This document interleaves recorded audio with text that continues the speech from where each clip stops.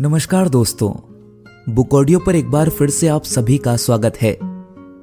आप सुन रहे हैं डॉक्टर शैलेंद्र श्रीवास्तव जी द्वारा रचित लघु उपन्यास अपने हिस्से की जगह, मेरी यानी मंथन रस्तोगी की आवाज में।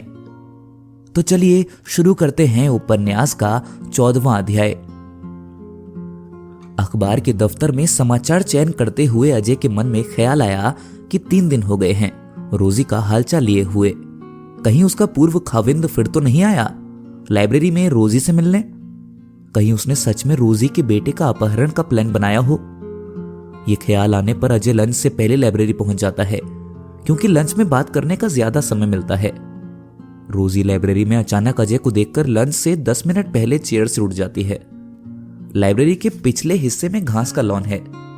जाड़े के दिनों में लाइब्रेरी के कर्मचारी लंच में घास के बिछौने पर बैठकर घर से लाए टिफिन खोलकर खाना खाते हैं, अधलेटे धूप का आनंद लेते हैं। इच्छा हुई तो खाने के बाद कैंटीन में जाकर एक कप चाय पी ली, नहीं तो पानी पीकर अपनी सीट पर बैठकर ड्यूटी करते हैं। गर्मी के दिनों में शाम को शुक्रवारी सभा के लिए नाट्य कलाकार डॉक्टर रमाशंकर निशेष के निर्देशन में इस जगह नाटक का रिहर्सल करते हैं। यहां से मुफ्त में एक्टिंग सीखकर 2-3 युवा टीवी सीरियल में भी एक्टिंग करने का अवसर पा चुके हैं। रोजी ने भी आज हरी घास पर बैठकर बतियाना पसंद किया। घास पर बैठे अजय ने कहा, तुम्हारा बदतमीज पूर्व खाबिंद दोबारा बात करने लाइब्रेरी में तो नहीं आया? आया तो नहीं, पर उस दिन की बात याद कर आशंकित रहती हूं। तुम चिंता मत करो, मैं उसके खिलाफ बच्चे के अपहरण करने की धमकी देने की शिकायत पत्र पुलिस अधीक्षक को दे दिया है। यदि असलम कभी लाइब्रेरी में तुमसे मिलने आया तो पुलिस उसे गिरफ्तार कर लेगी। पुलिस विभाग में पत्रकार की शिकायत को गंभीरता से लिया जाता है। अजय रोजी को तसल्ली देता है। आप हमारे लिए इतना चिंतित रहते हैं, इसके लिए मैं किस तरह आपका शुक्रिया अदा करूं? आपकी डॉक्टर पत्नी बहुत सरल महिला हैं। आप उनकी भी सुरक्षा के लिए इतनी चिंता करते ही होंगे। वे डॉक्टर है, अस्पताल से देर सवेर उसे आना जाना होता ही है। अब दिल्ली भी अपने बचपन की बाजार सीताराम वाली दिल्ली नहीं रह गई है, जब चांदनी चौक के आसपास की गलियां रात के 2 बजे तक गुलजार रहती थीं। लोग बेफिक्र गलियों में घुमा करते थे, नुक्कड़ की दुकान पर खड़े होकर चाय पीते शेरो शायरी किया करते थे। अब दिल्ली बदल गई है। महिलाओं का रात बिरात घर से निकलना सुरक्षित नहीं रह गया है। अब मोहल्लों में भाई बहन के रिश्ते नहीं निभाए जाते हैं। आज मोहल्ले के मुंह बोले भाई से भी खतरा बना रहता है। ऐसी 2-4 खबरें रोज अखबार में छपे होते हैं, जिसमें मोहल्ले की लड़की के साथ मोहल्ले के भाईजान ने दुष्कर्म किया अथवा करने का प्रयास करने का समाचार होता है। पहले तो छोटी उम्र के लड़के लड़कियां आपस में दोस्त होते थे, रिश्ते में भाई बहन होते थे, लेकिन लड़कियां 10-11 साल की होते ही मित्र मंडली से अलग हो जाती थीं अथवा माँ बाप द्वारा अलग कर दी जाती थीं। इसके बाद लड़कियों की मित्र मंडली अलग ही रहती थी। लड़कों से मित्रता आगे महाविद्यालय विश्वविद्यालय में पढ़ाई के दौरान ही संभव होता था। इसी पढ़ाई के दौरान लड़की की शादी भी हो जाया करती है।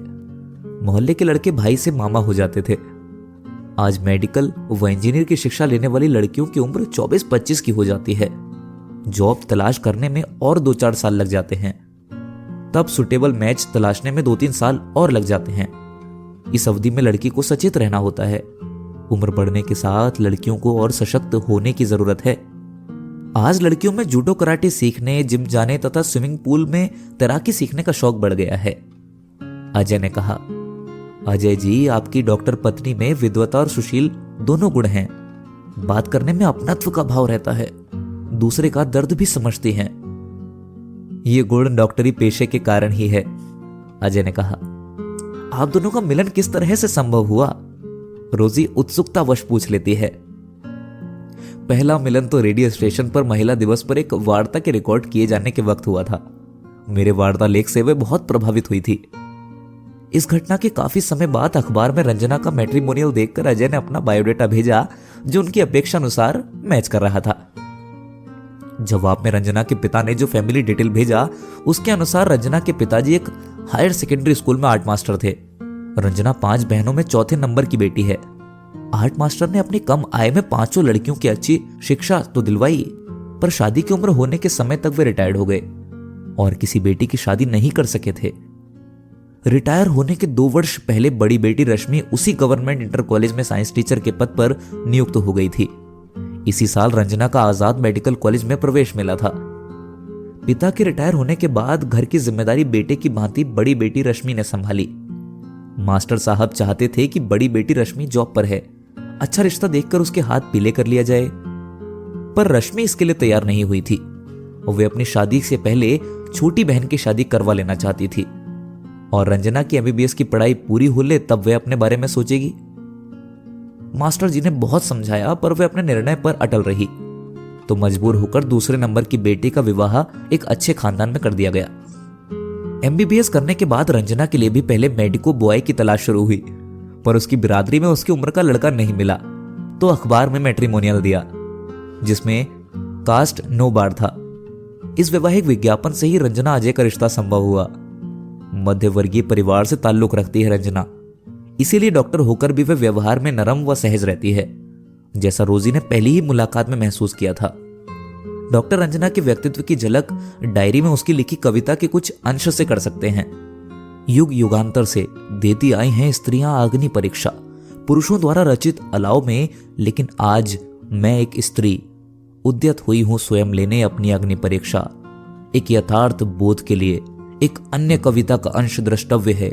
अधूरी औरत ही नहीं अधूरा है उसका प्रतिवाद। नयन नीर पांव जंजीर उर के लिए गमगीन, चल रहे चपल हाथ संवारते सब काज। अधूरी औरत ही नहीं अधूरा है उसका प्रतिवाद।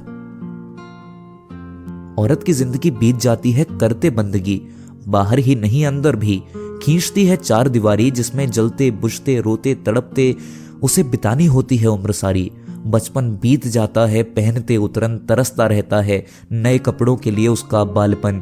जवानी में प्रेयसी बनने की ललक एक दीवाने के बाहों में झूलते देखे दुनिया की चमक, लेकिन ठिठक उठते हैं उसके कदम खींची गई लक्ष्मण रेखा के पास। क्यों पूछती है स्वयं से प्रश्न, क्या सिर्फ मंजिल की ही होती है कोई सार्थकता, या चलते रहने का भी होता है कोई अर्थ।